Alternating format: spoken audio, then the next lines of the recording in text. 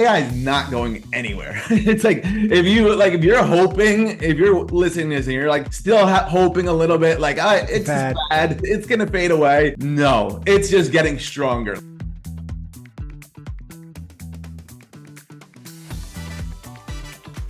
There's so much opportunity in terms of anywhere you look, you can find something that you like and figure out how to use AI to help you make money on that.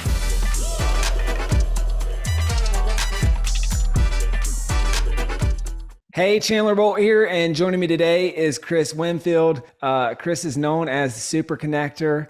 He's the founder of Super Connector Media and also a company called Understanding AI. And so really excited to bring Chris on. You may remember we had his wife on the podcast here recently, Jen. So check out Jen's episode on her book, Be Seen. And today what we're going to talk a lot about is AI. So a lot of people have been asking, in the author world, AI, is it the end of the world? How can we use this? How can we market it? I mean, we've had a ton of AI questions. So I really just want to use this episode as a pillar and a place that you can get a lot of your AI questions answered. How can you use it in your marketing? What is it? What are the popular tools? What are the use cases? Branding, social, all the things. So we're going to dive into it. Chris, welcome. Great to have you here. Good to see you. Really good.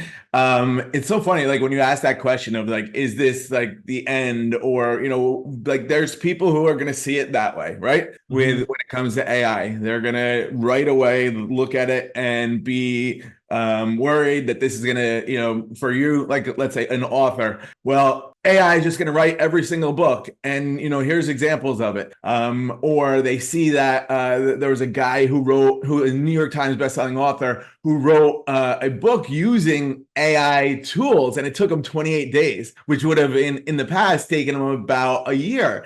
So, that guy looked at it as like, how can I use the tools when somebody on the other side can say like, the tools are going to use me and throw me. You know what I mean? Yeah, so it's so important to, be on that decision because AI is not going anywhere. It's like, if you're listening to this and you're like still hoping a little bit, like, it's bad, it's gonna fade away. No, it's just getting stronger. Like, it's insane what happens every single day. And it's really, really important to make that decision to say like, all right, I am going to be okay with this. I don't have to be 100% okay, 90% okay, whatever. I'm going to be at least 51% okay, at least a little bit more than I'm not. And, when you do that, then you're going to open yourself up to be able to actually use the stuff that maybe we're going to talk about today. And instead, because the other one is just waiting in fear for, AI to come and eat your job and eat your book and everything else. Right. Well, I mean, I think that's a good place to start. It's kind of in line with one of the first things I wanted to ask you, which is what are some of the biggest misconceptions that you see when it comes to AI? And what do people just either not understand, can't really wrap their heads around? And then on the flip side, what are some of the biggest opportunities that you see with it? Okay. So two big questions. I'm like trying to remember. We'll start with the easy ones. Yeah, let me start with 15 questions and it'll all be in one. So the biggest misconceptions. So I think getting back to, this whole idea that we're all like that AI is going to just come in and take everything. AI, who's going to take everything? Somebody who knows how to use AI. So it's just remember that it's like the simplest thing. And because it's just not there, it's not going to happen any other way, but it is going to happen. So like you can't have the misconception that nothing's going to happen either. You can't be on that complete Pollyanna side. Like, I'm definitely very, very bullish for AI. But I'm also realistic. I know it's going to impact a lot of people. I know it's going to hurt a lot of people, but I have to be prepared, and same thing for anyone else. So wait, what was on the flip side? Yeah. On the flip side, what are some of the biggest opportunities that you see with it? Oh my God. Here's the thing, like, for example, there's ChatGPT, there's Google Gemini, and then there's a tool called Claude. And the reason I bring that up is like, ChatGPT, these are all, generative AI tools. What made AI just explode all of a sudden was ChatGPT. But what is much of a like ChatGPT is worth like, $100 billion or something. They're raising $7.3 trillion. That's more than our budget for the government, the entire government. But saw last night, Claude, which is number 3, is like maybe beating it now, in terms of it just became better. So reason I say that is that there's so much opportunity in terms of anywhere you look, you can, find something that you like, and figure out how to use AI to help you make money on that. Because if ChatGPT, which is the thing that started all this. It didn't start all this. AI has been around since 1953, but ChatGPT is like what everyone knows. Yeah. If that could, be beaten, because it's also being beaten, I think, a lot of times by Google. But if they think about that, you can beat whoever's whoever's there for, like we were talking about tennis before. And think about how many. What I would do is I would go to ChatGPT or Google Gemini. What I do is I post in every single one of them, so then you get to see like, oh, which one's the best result. And I would say if Steve Jobs and Elon Musk were to come up with a company around tennis and AI, what would it be? And please give me the one-liner description and a brief business plan, and give me 10 different examples. Now, if you do that, you're going to be surprised. You're going to get some great things. And, Chandler, you're a smart guy. You look at one of those and you're like, all right, there's my side hustle. And but like those are the people that are, that are going to prosper. Because there's so many opportunities. Anywhere you look, there's an opportunity. It's insane. Once you start seeing like how many of these companies, like what their valuations are, and like there's a company called Notion. You've probably seen that. That's worth $10 billion. Like, I didn't know that. Like, it's crazy. So there's opportunity everywhere. Yeah, you mentioned some of the big tools, and that was another thing I was going to ask you is, so you mentioned obviously, ChatGPT was the one that exploded on the scene, and when people saw that, I think it opened a lot of people's eyes to what was possible. I've kind of been behind the scenes in the AI world for a while now. I was an early advisor in what became Jasper, and Cool. They had this was back when it was pre-open source, and I think maybe even when it was a nonprofit, and when there was limited licenses, right? Yeah. And so they've been doing a lot of marketing copy and stuff on the Jasper side of things. But then obviously, okay, enter big moment where ChatGPT rolls out. It's public, it's free. People are using it, saying this is crazy. And then, you've kind of had this AI race that we're really in the early stages of. You mentioned you've got Gemini, which used to be called Bard. That's Google's AI. You've got a bunch of other players kind of popping up in the space. Claude, Grok. And then there's AI companies that are built on top of those models. Now there's open source AI models that are being built. I guess if we were to just go 10,000 foot view as a business owner, outside of those ones that everyone knows, what are the AI tools that you use currently? Like the top 3 to 5 that you're like, hey, these are really good ones, and these are maybe some of the use cases for that. Yeah, I'm gonna actually look at my bookmarks because that would tell me. So something I think is real powerful and that everyone should at least be using in some ways is Perplexity. So perplexity.ai, and what that is it's a different type of search engine, and it's been called the Google killer. It's 3 or 4 ex Google guys, and Jeff Bezos is one of the backers. And these guys are just crushing it. But it's really amazing, especially for your writers, in terms of how it returns a search result. It cuts down on so much noise that you get from Google. And I feel like every time that I get it, I feel like I'm getting a report. Like I Oh, type in, interesting. yeah, I can type in planet Earth, and like I will get, it's like a report. Like it's here, go here, here's images. And it's not just that it's better laid out. It's very, very smart in terms of you can just look at things quickly, and it knows like the authorities and everything like that. So I use that quite a bit for just in general. There's a tool called so POE.com.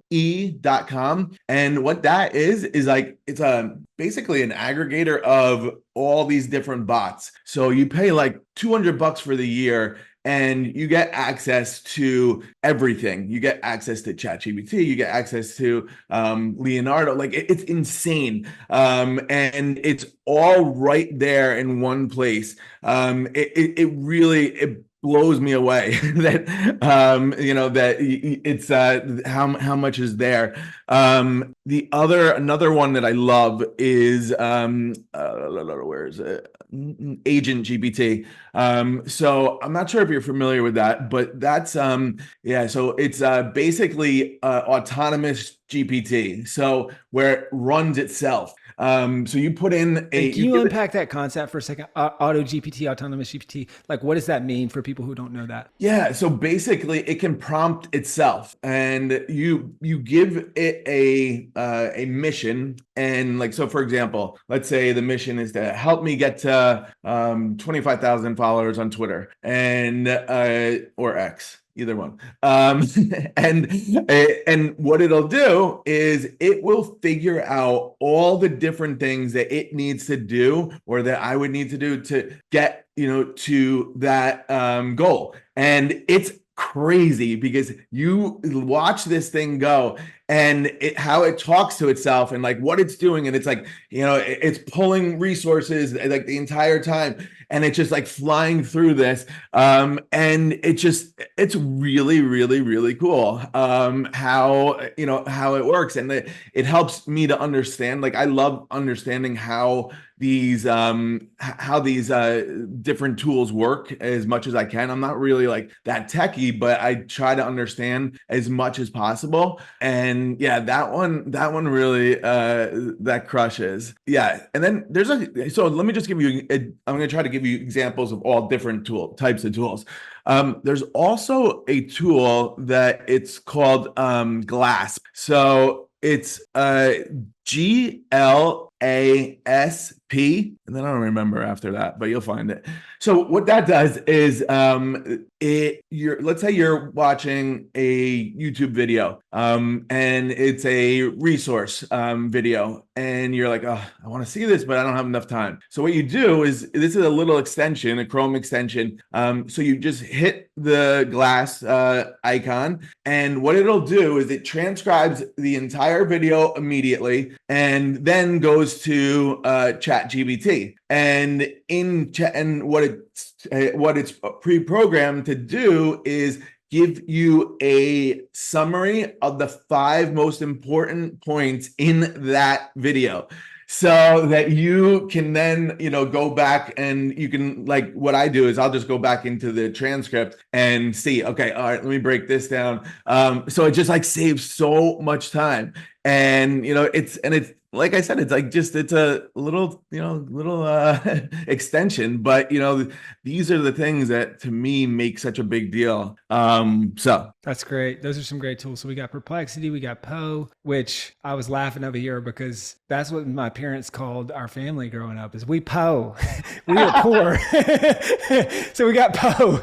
And we got Agent GPT, we got yeah. Glass. Are there any like, I guess, with the use cases of social, image, video? Obviously, for those that don't know, ChatGPT rolled in a lot of GPTs within it, which actually, can you just explain the concept, like an overview? What is a GPT and how might people be able to use those inside of the ChatGPT ecosystem? Yeah, sure. So there's, what happened, GPT, what I'm trying to remember what the actual generative hang on, let me see if I can tell you I don't like to give I don't like to pretend I know the Generative pre-trained transformer. Transformers, exactly. So, okay, so it's basically like your brain almost, like a neural network.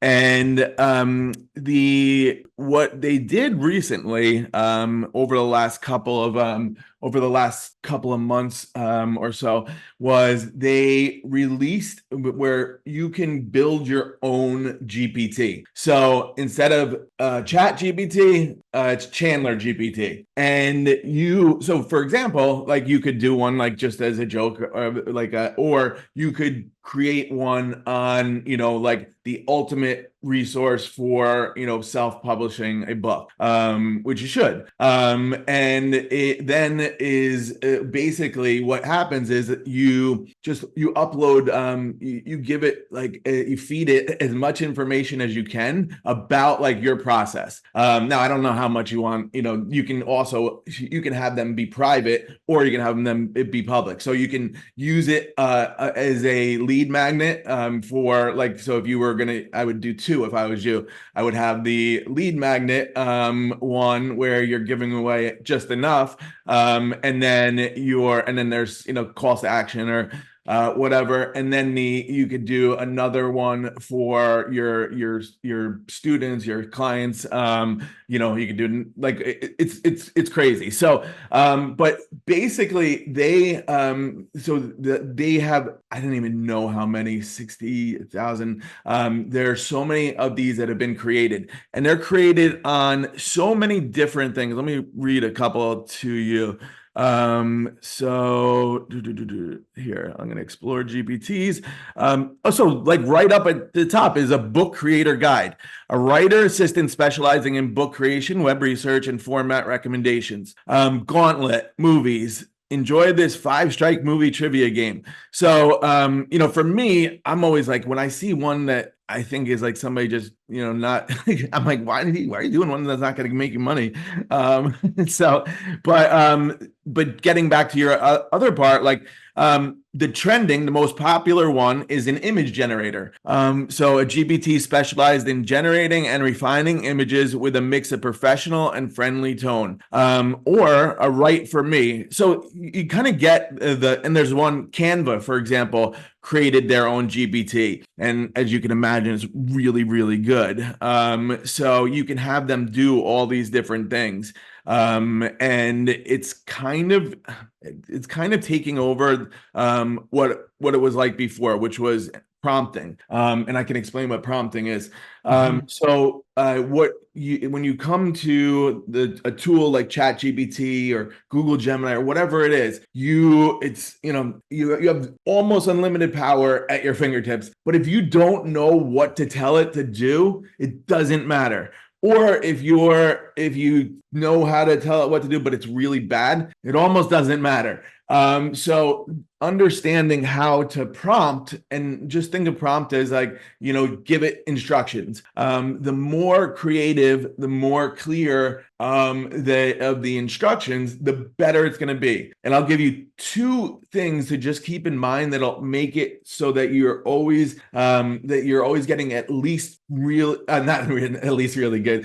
results. Number one is always tell it who it is. So meaning when you're telling the GPT what, for example, I will say you're one of the best copywriters in the world, and I've hired you to help me write this VSL.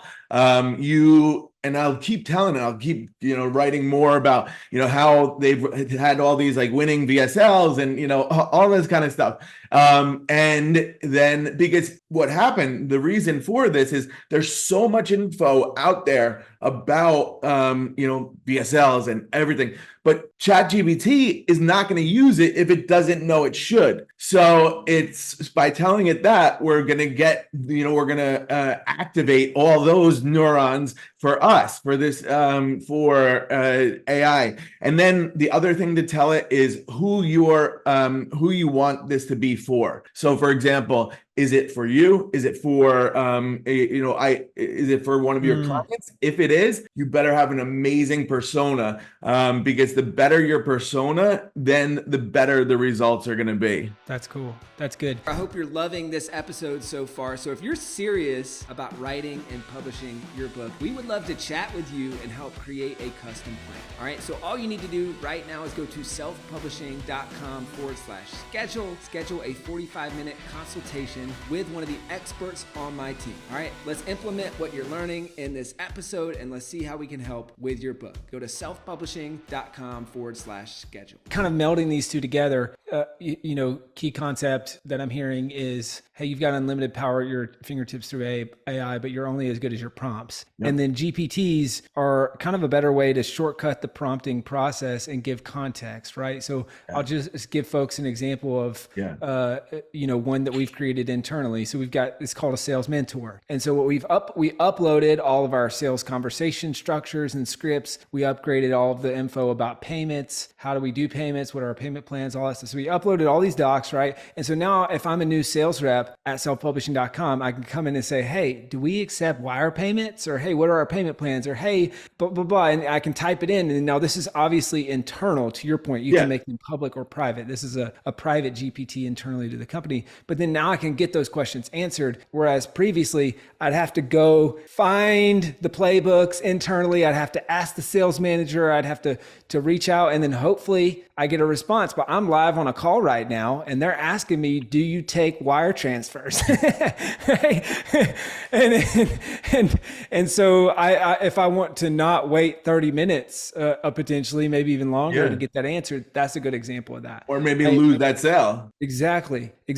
So let me ask you this. What do you see as the biggest opportunities for AI? Let's go for business owners, and I want to go sub 1 million. So I'm a business owner. I haven't even hit 1 million in yearly revenue yet. Like, what are maybe some of the best use cases for those folks? And then what are the, like in our world, like 8-figure, 10 million a year plus, like what are the use cases in that type of business and how are those different? Okay, great questions. Now, there's so many variables to that. So, for example, with the sub 1 million, what are they somebody that is going to, build a product or, whatever? Or are they more likely like a coach, and they want to have, they want it to help in their business, bring in more revenue, that type of thing.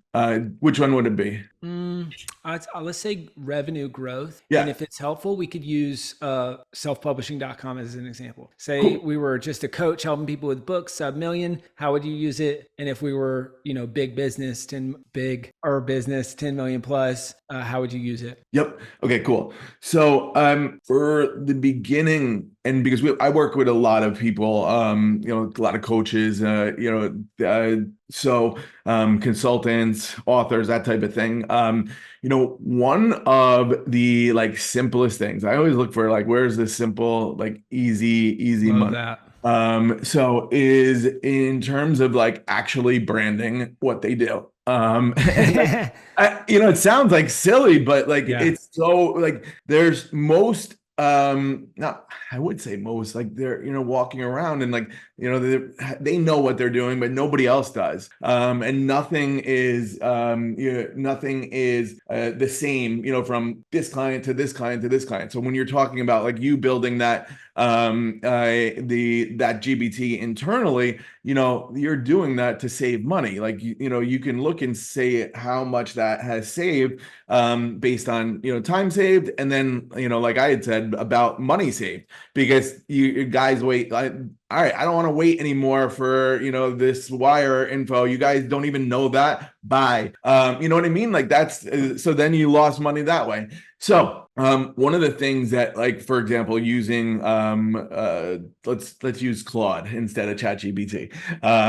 So is helping that person to not just get like a personal brand, but help them to get an overall company, become a company. And I don't mean getting an LLC or anything like that, but where they have a process, they have a method. One of the things that these things are so good at is creating like a acronym for a message, like so that, which is the Oh. hardest thing in the world to do. Hmm. No one does that. But like, we'll come up with like, for a doctor, and it's like heal, and it's like perfectly like, like health, everywhere. Blah, blah, blah. Like, it's like unbelievable. But like what happens, and then from there, you can have it start to create even more and more and more, and make you even better. And then what you can do is then start raising your prices. That should be an automatic. Every single, not every single, but just about, are charging too low. So I think that, just like simple things like that. And then like going on, there's a great website. It's called Mixo, Mixo.io, I think. I don't know, something like that. But basically what you do with this, Chandler, is like you go and you type in what your business does in like a sentence. And what this will do, so once you have like that information, like this will give you it'll come up with your logo, your name, your copy, your images. It takes them from Unsplash so you can use them. And for like $60, like it'll build out your website. And all of a sudden now you just change your entire business overnight, or actually sitting, not even overnight, it'll right there. Yeah, yeah. So I think that people, when somebody understands like that, like that's where I Mm. try to start somebody who like they're like getting overwhelmed. So once they do that, and then they start to see, wow, I'm making more money. Yeah, they have a little bit of more step, pep in their step, whatever it is. And then they're going to be more willing to try other things as well. And then you just do, and I'll give you one other thing. Let's say they don't even want it, they're creating a GPT is way over their head. You start them on something like Scribe. It's scribehow.com. And what that is it's like SOPs on steroids. So it's like having Loom, but Loom plus an AI expert to fill in everything. So you're like creating out something that wouldn't work for GBT. You need to, the person needs to, know how to do all this. You're talking and recording your screen, and then at the end, it will go in and create like Roman numeral 1, and like it's insane. So then they start to like be able to delegate more, because the problem with delegating is that most people don't want to do that, where they stop and have to it's not, Mm. like it's not going to work. So you show them, boom, here, it's so easy. You don't have to do anything. Just the next time that you do this, I want you to hit record. I want you to speak the whole time, and then do it again with the next stuff. That's wild. These are some great tools, really great tools. So you mentioned Mixo, Yeah. the website builder and brand builder. You mentioned Scribe and Scribe How, Yep. so that you can create step-by-step documentation, document what you're doing. Yep. And I'll just show people literally, now I'll show you if you're watching this on the YouTube channel, but literally while you're talking, I went to Mixo and I said, we've got this site called thebookdesigner.com. misconceptions.com. Yes. And I said, hey, create a website for this. Yeah. And it asked me what the goal is. Oh And my I God. said, it gave me a few options, right? And I said, the That's a goal is great headline, yeah, right. Helping right? authors create better books. So that's what the book designer does. And then it goes through this whole thing, professional book design services, which is, yeah, that's what we offer there. Expert book publishing guidance, all the stuff. And it's got this get started button, Yeah. which I guess they'll open in a new tab for the pre-vote. Yeah, it asked me for a link. Yeah.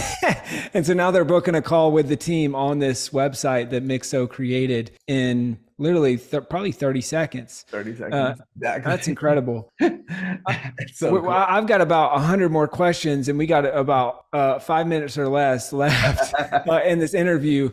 So I guess I guess I'll ask two final quick questions. Do you have any favorite tools for social, and especially as it relates to image and video creation, or just growing social in general? Yeah, definitely. Hold on, I'll share with you like all the video ones. So and then we also use a tool, it's called vistasocial.com. And that is really good at like scheduling, managing it's the best I've ever seen for that, because it also has AI built right into it, which is really, really cool. So that's vistasocial.com. I want to give you a bunch of good ones. Hold on one second. Is I just sent over to my developer. Oh my God! Here's a tool you got to know. It's not. I'll come back and give you to that. But all right, this is wild. So since you do sales, there's a tool. It's called Crystal Knows. So Crystal, just like it sounds, and then Knows, KNOWS .com. And what this does, you go to LinkedIn and you add this little, you sign up for an account, and then you create you add the extension to Chrome or whatever. And then you go to LinkedIn, and what it'll do is like you click on somebody, it will show you what their DISC score is. So I don't know, it's like, are you familiar with a DISC score? It's Oh yeah, the DISC okay, assessment. cool. Yeah, exactly. So it will, based on their LinkedIn, it will show you, and like then also it'll show you everything, how they match up to you. So like, and then it'll tell you how you should handle every single part of the relationship from there on. So meaning like the That's first wild. call, like let's say whatever, like that they're more standoffish, so like you have to adopt, like it's so crazy. And now they changed something to it's called crystal reports, but like where they'll create these reports for you and like on the person. But that I know that it's so freaking powerful. So another one that I really like is Video. So VIDYO it's either .com or .ai. It's so basically this is a good one for breaking down long videos. Yeah. Yeah, so this Nice. one works really, really well. And it's probably my favorite one around that. When you say about the graphics and design, sorry, what are you looking for specifically? So let's say I have a really helpful blog post and I want to create images based on that I can use to promote it in social or book, either one. Okay, cool. So do you use yeah, I mean Canva. Like Canva AI is like literally the best. Interesting. And for that, Mhm. I think that is it's so good. I mean, I wish I had something like cooler, but I wouldn't. Then I'd just be like, I guess it's putting you the wrong way. Well, here I'll tell you one other really cool and really powerful, even though you might not think of it. It's called supermeme.com. So I don't know if you know, like if memes, like if you ever use those in your ads, but they crush. And this super meme has every meme in it, like that you can like ever think of. And you put in the same info like about your book, and it will create it into a meme, and it'll match it up with the right meme, and then you get to pick which one. It is so freaking cool. Like it's unbelievable. And then That's I'm gonna awesome. send you that is really, really powerful. And then one other thing that I would suggest for people to take a look at, because if they want to see the future, is Sora. So Sora.ai. I know you've seen it, but you want to see what's coming. And that is one of the biggest game changers, because like, for example, this it's a tool that basically you type in a sentence and it will give you a unbelievable clip, like video, as if like you worked on it with a movie crew for the last year. And when to show you how impressive this is, Tyler Perry, the actor and the producer, director, he's been building out a studio like a studio, but in Atlanta, with the hopes of like replacing Hollywood. And when he saw this video from Sora, he stopped production. He said it's in 2 years or something like that, we're gonna lose 25% of the industry. So it's worth Nuts. looking at. And there's some other ones. I'll send you a link, Chandler, to like the some of the lip sync ones. Like Alibaba has, it'll blow your mind. That's cool. Blow your mind. Well, guys, obviously, there's a ton more that we could talk about and ask about. If you've got questions about AI, drop them in the comments on this video, or if you're listening to the podcast, feel free to put those in a review and questions that you have for future episodes. Might bring Chris back in the future, or bring someone on in the future to just talk more about this, because I'm realizing in 40 minutes, we have scratched the surface of what's possible here. And I got about a half a page of questions that we didn't even get to ask, because we were just so deep in this stuff. So I hope that you enjoyed this episode. Chris, where can people go to find out more about you? I know that you have the company Understanding AI. Where can they go to find out more about the company, about you, whatever? Come to me. Come to Instagram, Chris Winfield, ChrisWinfield, and say hello and tell me that you came from Chandler. And let's do it. Cool. Chris, you're the man. Thank you so much. Thank you. This was great. I really enjoyed it. Thank you so much for watching or listening to this episode of the Self-Publishing School podcast. I know there's so many places that you could be spending your time. There's other podcasts that you could be listening to, YouTube channels that you could be watching. So thank you so much. It means the world. Now, I want you to do 3 things right now if you found this episode helpful. I don't know if you know this, but we've got a YouTube channel. It's a companion channel to this podcast. All the video versions of the episode are on the YouTube channel. So number 1, subscribe to the YouTube channel. Number 2, if you're listening to this podcast wherever, whether this is Spotify, Apple Podcasts. Number 2, I want you to subscribe to this podcast right now so you don't miss a future episode. And then number 3, this is probably the most important, leave a review on the podcast. All right, reviews are super important and help this podcast get discovered by other people. So number 3, leave a review on the podcast. Thank you so much. I'll see you in the next episode.